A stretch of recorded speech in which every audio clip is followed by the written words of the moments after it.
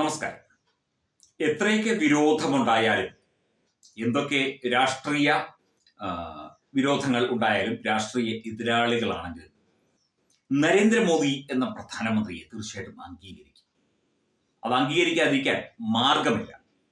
കാരണം അദ്ദേഹത്തെ എതിർത്താൽ, ഏതെങ്കിലും ഒരു കാര്യത്തിൽ എതിർത്താൽ, ഇപ്പോൾ രാഹുൽ ഗാന്ധിയും അതുപോലെ സോണിയാഗാന്ധിയും ഒക്കെ എതിർക്കുമ്പോൾ അവർ പരിഹാസ്യരായി മാറുകയുള്ളൂ. അവർക്ക് വലിയ തിരിച്ചടികൾ ഉണ്ടാവുകയുള്ളൂ. ഈ യാഥാർത്ഥ്യം നമുക്കൊക്കെ അറിയാം. അത് ഉറക്കെ പറഞ്ഞിരിക്കുകയാണ്, അത് ഹൃദയത്തിൽ തൊട്ട് പറഞ്ഞിരിക്കുകയാണ് കേന്ദ്ര ആഭ്യന്തരമന്ത്രി അമിത്ഷാ. തീർച്ചയായിട്ടും നരേന്ദ്രമോദി എന്നത് രാജ്യ പുരോഗതിയുടെ, രാജ്യത്തെ വികസനത്തിന്റെ, ഭാരതീയ ജനങ്ങളുടെ ഒരു പരിച്ഛേദം തന്നെയാണ്.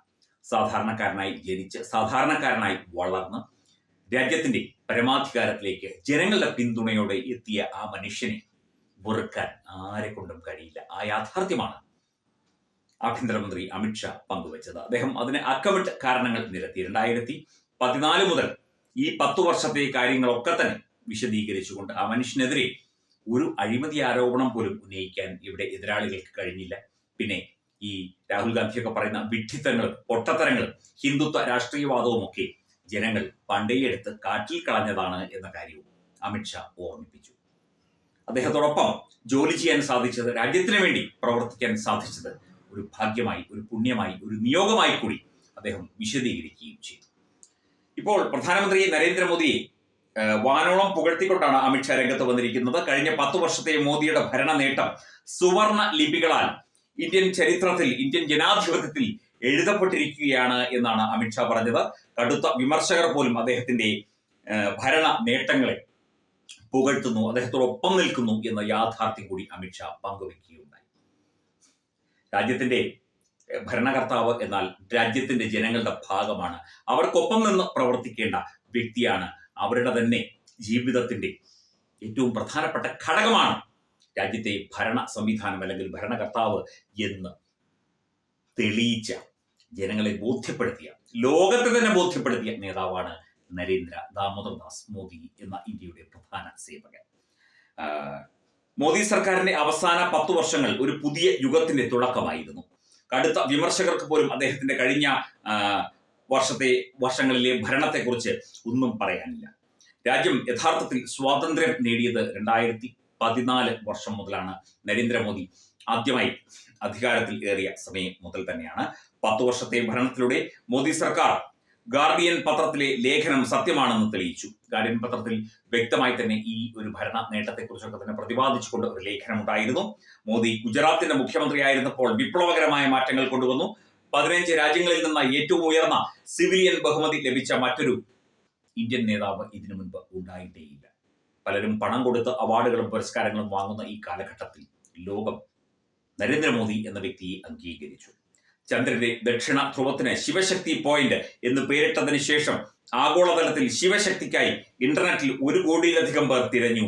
അതാണ് ഇന്ത്യയുടെ ശക്തി. ഭാരതം ലോകശക്തിയായി മാറുന്നു എന്നതിന് വേറെ തെളിവൊന്നും വേണ്ട. ഒറ്റ വാക്കുകൊണ്ട്, ശിവശക്തി എന്ന ഒറ്റ വാക്കുകൊണ്ട് ഭാരതം ലോകത്തിന്റെ നെറുകയിലെത്തി, ലോകത്തിന്റെ ഏറ്റവും പ്രധാനപ്പെട്ട ശ്രദ്ധാകേന്ദ്രമായി മാറി.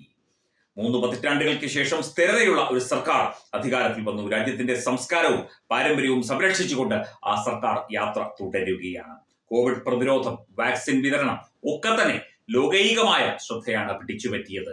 അത് സമാനതകളില്ലാത്ത നേട്ടമായിരുന്നു. എല്ലാം പറയുന്നുണ്ട്. 1.3 ബില്യൺ ജനസംഖ്യയ്ക്ക് വിജയകരമായി പ്രതിരോധ കുത്തിവയ്പ്പെടുത്തു. തടസ്സമില്ലാതെ വാക്സിനേഷൻ സർട്ടിഫിക്കറ്റുകൾ വിതരണം ചെയ്തു. ഇന്ത്യയുടെ ചരിത്രം വ്യത്യസ്ത ഭാഗങ്ങളായി രേഖപ്പെടുത്തി. ഇന്ത്യൻ സ്വാതന്ത്ര്യ സമരത്തിൽ അറിയപ്പെടാത്ത വീരന്മാർക്ക് അർഹമായ അംഗീകാരം നൽകി. 1957 മുതൽ 47 വരെയുള്ള സ്വാതന്ത്ര്യ സമരത്തെക്കുറിച്ച് പുതിയ തലമുറ അതിന്റെ യഥാർത്ഥ വിവരങ്ങൾ, യാഥാർത്ഥ്യങ്ങൾ മനസ്സിലാക്കുന്നു. എണ്ണിയാലൊടുങ്ങാത്ത സമാനതകളില്ലാത്ത, ചേർത്ത് വെക്കാനില്ലാത്ത അത്രയും ഇന്ത്യയുടെ പുരോഗതി, ഭാരതം എന്ന രാജ്യത്തിന്റെ പുരോഗതി ആ മനുഷ്യനാൽ, നരേന്ദ്രമോദിയാൽ അടയാളപ്പെടുത്തി കഴിഞ്ഞു. അദ്ദേഹത്തെ ഇനി ആർക്ക് എതിർക്കാൻ സാധിക്കും? ഈ പപ്പുമോനും കൂട്ടർക്കുമല്ലാതെ. അത് വെറുതെ കിടന്ന് പറയുന്നതാണ്. അത് പറയുന്നത് പാഴ്വാക്കിന് പൊട്ടുചെവി എന്നുള്ളതല്ലാതെ ഇന്ത്യൻ ജനത അതൊന്നും കേൾക്കുകയില്ല.